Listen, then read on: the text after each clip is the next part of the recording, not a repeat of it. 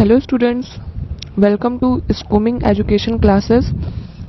मैं आपको MEd research की यानी कि डिसर्टेशन की फाइल बनाना बता रही थी, जिसमें हमने कई सारे टॉपिक कवर कर लिए थे फर्स्ट चैप्टर के। आज टॉपिक है हाइपोथेसिस। तो पहले हम हाइपोथेसिस के बारे में जानेंगे। हाइपोथेसिस या परिकल्पना बनाना किसे कहते हैं, कैसे परिकल्पनाएं बनाई जाती हैं अपने टॉपिक से रिलेटेड। तो चलिए स्टार्ट करते हैं। सबसे पहले हाइपोथेसिस। हाइपोथेसिस इसी को हिंदी में हम परिकल्पना कहते हैं। मैं आपको हिंदी इंग्लिश दोनों में समझा रही हूँ, ताकि अगर आप हिंदी मीडियम है या इंग्लिश मीडियम है, हिंदी से रिसर्च फाइल बना रहे हैं या इंग्लिश से, दोनों के लिए हेल्पफुल रहे। तो सबसे पहले आपको परिकल्पना बनाने में क्या करना होगा, हाइपोथेसिस या परिकल्पना हेडिंग डालनी है। उसके बाद कुछ लाइनें आपको हाइपोथेसिस या परिकल्पना के बारे में लिखनी है कि परिकल्पना होती क्या है, किसे कहते हैं। कहने का अर्थ ये कि परिकल्पना का आपको अर्थ लिखना है या अवधारणा कह सकते हैं, ये आपको लिखनी है कि परिकल्पना होती क्या है। उसके बाद आप एक दो परिभाषाएं लिख सकते हैं यदि आप चाहते हैं, तो इससे थोड़ा और अच्छा लुक आ जाता है रिसर्च फाइल में। अच्छी अच्छी परिभाषाएं लिख सकते हैं। इसके बाद आपको हाइपोथेसिस या परिकल्पना के प्रकार बताने कि परिकल्पनाएं कितने प्रकार की होती हैं। प्रकारों में खास तौर से आपको थोड़ा सा डिटेल में बता देना है। सकारात्मक परिकल्पना क्या होती है, 2-4 लाइनों में, ज़्यादा नहीं, बहुत ज़्यादा ओवर भी नहीं बनानी है आपको रिसर्च फाइल, ये भी ध्यान रखना है। और नकारात्मक हाइपोथेसिस या परिकल्पना किसे कहते हैं उसके बारे में 2-4 लाइनें लिख देनी है। और नल हाइपोथेसिस जिसे शून्य परिकल्पना कहते हैं, इसके बारे में 2-4 लाइनें लिख देनी है। ठीक, तो ये हो गया परिकल्पना के बारे में, हमने इतना बता दिया। अब हाइपोथेसिस रिलेटेड टू स्टडी, अध्ययन से संबंधित परिकल्पनाएं। अध्ययन यानी कि जो टॉपिक हमने सेलेक्ट किया, जो टॉपिक हमने लिया है, उसको लेकर के हमने क्या परिकल्पना बनाई है, उसके बारे में आ जाते हैं। जैसे फॉर एग्जाम्पल,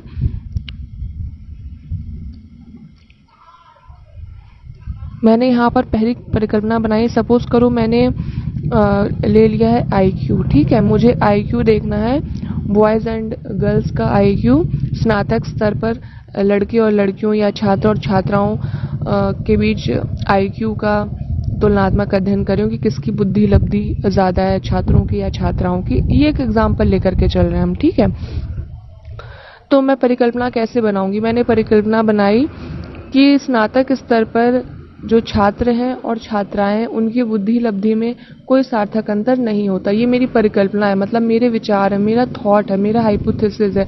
मुझे लगता है कि कोई अंतर नहीं होगा। ठीक, तो इसको हमने कैसे बनाया, there is no significant difference in the IQ, या आप जो भी ले रहे हैं टॉपिक, वो टॉपिक का नाम लिखेंगे, ऑफ बॉयज़ एंड गर्ल्स। अगर आप ले रहे हैं तो एट स्कूल लेवल, यानी कि आप स्कूल लेवल पे कोई चीज़ ले रहे हैं, कोई टॉपिक, या कॉलेज लेवल पे, या अदर जो भी लेवल पे आप ले रहे हैं, तो यहाँ पर आप इस तरह से बना सकते हैं। जैसे कि एग्जांपल मैं IQ का लेकर के, क्योंकि स्टार्टिंग से चल रही हूँ बुद्धि लब्धि का, तो मैं उसी के अकॉर्डिंग बता रही हूँ कि मैंने परिकल्पना बनाई कि स्नातक स्तर पे जो छात्र और छात्राएं पढ़ रहे हैं, उनकी बुद्धि लब्धि में या उनकी IQ में कोई सार्थक अंतर नहीं होगा, मतलब दोनों की बुद्धि लब्धि समान होगी, ऐसी मेरी परिकल्पना है। तो एक परिकल्पना मैंने ये बना दी। अच्छा, ये मैं सिर्फ सोच रही हूँ, या मैं परिकल्पना या मैं कल्पना कर रही हूँ कि ऐसा ऐसा होगा। ठीक है, अब होगा या नहीं होगा, कितनी मेरी बात सच निकलती, कितनी गलत निकलती है, ये जब हम उन बच्चों से कुछ क्वेश्चनायर फिल कराएंगे, जो भी क्वेश्चन आंसर्स होते हैं वो फिल कराएंगे, फिर उसका कैलकुलेशन करेंगे, उसके बाद पता चलेगा कि मैंने जो परिकल्पना बनाई थी उसमें से कितनी सिद्ध हुई है, कितनी सही साबित हुई है, कितनी गलत साबित हुई है, या सारी सही साबित हुई है या सारी गलत साबित हुई है। ठीक, अभी मैं ये सोच रही हूँ, इसको मैं एक इजी लेवल में अगर समझाना चाहूँ तो मैं ये सोच रही हूँ कि ऐसा ऐसा अंतर नहीं पाया जाएगा। ये मेरे थॉट है, मेरा विचार है, मेरी परिकल्पना है। ठीक, उसके बाद मैंने दूसरी परिकल्पना बना दी। आप जितनी बना सकते हो उतनी बना लीजिए, 6, 7, 8, 9, 10, जितनी आपसे बन जाए। ठीक, आई थिंक एमएड लेवल पे 10 परिकल्पनाएं is enough. I don't think इससे ज़्यादा ज़रूरत है। There is no significant difference in the dash dash dash of village girls and boys. अच्छा, मैंने यहाँ पर लिया था स्नातक स्तर के छात्र छात्राओं की बुद्धि लब्धि में कोई अंतर नहीं है। अब मैंने स्नातक स्तर पे मैंने मैंने गांव के भी ले लिए, ठीक है। गांव में जो स्नातक स्तर में पढ़ने वाले छात्र छात्राएं, क्योंकि ये हो सकता है कि शहर में पढ़ने वाले जो छात्र छात्राएं हो सकता है उनकी बुद्धि लब्धि में अंतर ना हो, पर ये भी हो सकता है कि जो गांव में पढ़ने वाले छात्र छात्राएं उनकी बुद्धि लब्धि में अंतर हो सकता है या नहीं हो सकता है। तो यहाँ पे हमने गाँव को भी ले लिया, ठीक। तो मेरी परिकल्पना है कि नहीं, गाँव के भी मतलब जो छात्र हैं या छात्राएं हैं उनकी बुद्धि लब्धि में कोई खास अंतर नहीं होगा। मतलब यहाँ भी छात्र छात्राएं जिस IQ लेवल से जिस माहौल में पढ़ रहे हैं वैसे वहाँ उस माहौल में पढ़ रहे हैं। तो मेरी परिकल्पना बन गई कि वहाँ के जो छात्र छात्राएं गांव में पढ़ने वाले उनकी बुद्धि लब्धि में कोई अंतर नहीं है, ठीक। इसके बाद मैंने नेक्स्ट परिकल्पना बनाई कि जो सरकारी स्कूल में पढ़ने वाले छात्र छात्राएं स्नातक स्तर पर उनकी बुद्धि लब्धि में कोई अंतर नहीं है। प्राइवेट स्कूल में जो पढ़ने वाले छात्र छात्राएं उनकी बुद्धि लब्धि में कोई अंतर नहीं है, ठीक। इस तरह से हम कई सारी चीज़ें ले सकते हैं, जैसे कि फाइनेंशियल बैकग्राउंड यानी कि आर्थिक स्थिति भी ले सकते हैं कि विभिन्न आर्थिक स्थिति के छात्र छात्राओं की हम बुद्धि लब्धि में अंतर देख सकते हैं। फैमिली बैकग्राउंड देख सकते हैं हम, ठीक है। किसी का फैमिली बैकग्राउंड अच्छा है, किसी का फैमिली बैकग्राउंड मतलब माता पिता पढ़े नहीं है या परिवार में उतना पढ़ाई लिखाई का माहौल नहीं, तो उस अकॉर्डिंग में हम देख सकते हैं, ठीक। तो इस तरीके से ये मैंने आपको एक बेसिक चीज़ बताई है। मैं आपको पूरा नहीं बता सकती क्योंकि कॉपी नहीं किया जाता, ये चीज़ आपको याद रखनी होगी। लेकिन मैंने आपको 5 परिकल्पनाएं तो बता ही दी, 5-6 परिकल्पनाएं ये हो गई हैं। तो इस तरीके से आप बहुत सारी चीज़ों को ले सकते हो, जैसे कि डिफरेंट सोशल बैकग्राउंड यानी कि सामाजिक परिवेश में रहने वाले अलग अलग सामाजिक परिवेश के छात्र छात्राओं की बुद्धि लब्धि में अंतर, इस तरह का आप अपने टॉपिक के अकॉर्डिंग ले सकते हैं, ठीक। तो ये परिकल्पना होगी। पहले हमें परिकल्पना के बारे में लिखना है, परिकल्पना क्या होती है, ठीक है। उसके बाद परिकल्पना की परिभाषाएं बता देनी है, फिर उसके प्रकारों को थोड़ा 2-2 4-4 लाइन में डिफाइन कर देना। उसके बाद आपने जो टॉपिक लिया है उससे संबंधित आप क्या सोच रखते हैं कि आपकी परिकल्पना है वो आपको बनानी है। और ये जो हम परिकल्पना बनाते हैं ये नल वाली बनाते हैं, ठीक है, यानी कि शून्य बनाते हैं। यहाँ पे सब में नो ज़रूर रहना चाहिए कि कोई सकारात्मक अंतर नहीं है, कोई सार्थक अंतर नहीं है, ठीक। तो यहाँ पे ये नहीं वर्ड ज़रूर आना चाहिए, नहीं या नो वर्ड आना चाहिए, ये आपकी परिकल्पना है, ठीक। तो इतना आपको हो गया। बस बिल्कुल सेम इसी तरीके से हम परिकल्पनाएं बनाते हैं। तो अब देखते हैं हमने क्या क्या टॉपिक रिसर्च के कंप्लीट कर लिए हैं। तो रिसर्च में टोटल 5 चैप्टर्स होते हैं या 5 अध्याय होते हैं, ठीक है।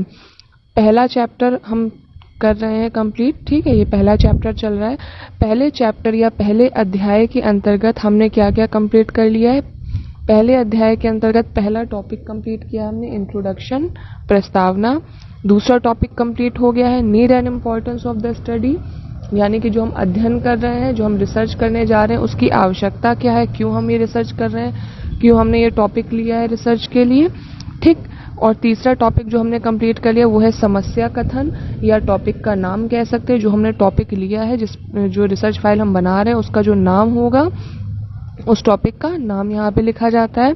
फिर चौथा टॉपिक जो हमने कवर किया है वो है अध्ययन के उद्देश्य, कि हमारा उद्देश्य क्या है इस टॉपिक को सेलेक्ट करने का। ये जो हमने टॉपिक लिया है इसको सेलेक्ट करने का मेरा क्या उद्देश्य था, ये हो गया। और आज हमने जो 5वां टॉपिक है इसको कंप्लीट कर लिया, हाइपोथेसिस ऑफ द स्टडी, यानी कि मैंने जो ये टॉपिक लिया है उससे संबंधित मेरी क्या परिकल्पना है उसको भी कवर कर लिया है, ठीक। तो अभी पहले चैप्टर में कुछ 2-3 टॉपिक और बचे हैं, उसके बाद आपका जो पहला अध्याय या पहला चैप्टर है रिसर्च का वो पूरा कंप्लीट हो जाएगा। इस तरह से टोटल आपके 5 चैप्टर है, 5 चैप्टर हम कंप्लीट करेंगे। उसके बाद मैं आपको कैलकुलेशन करना बताऊंगी, फिर किस तरह से रेफरेंस लिखा जाता है वो बताऊंगी, और आपकी रिसर्च फाइल पूरी तरह से कंप्लीट हो जाएगी, ठीक। ये 5 चैप्टर्स आपके मेन हैं, बस कैलकुलेशन भी आपकी नहीं 5 चैप्टर्स के अंतर्गत आ जाएगी, अलग से आपको कुछ नहीं करना है। ये 5 चैप्टर आपके कंप्लीट, आपकी रिसर्च फाइल पूरी कंप्लीट हो जाएगी, ठीक है। तो जिन्होंने ये सारे टॉपिक्स नहीं देखे हैं तो वो जाकर के मेरे प्लेलिस्ट में देख सकते हैं, या वीडियोस में डाले होंगे आप उनमें देख सकते हैं। इस चैनल में लाइन से आपको एक एक टॉपिक अलग अलग वीडियो बनाई गई है, बताया गया है, तो आप ये सारी वीडियोस चेक कर सकते हैं। इसके बाद फर्स्ट चैप्टर के जो 2-3 टॉपिक और बचे हुए हैं तो उनको हम नेक्स्ट वीडियो में कवर करेंगे। Thanks for watching.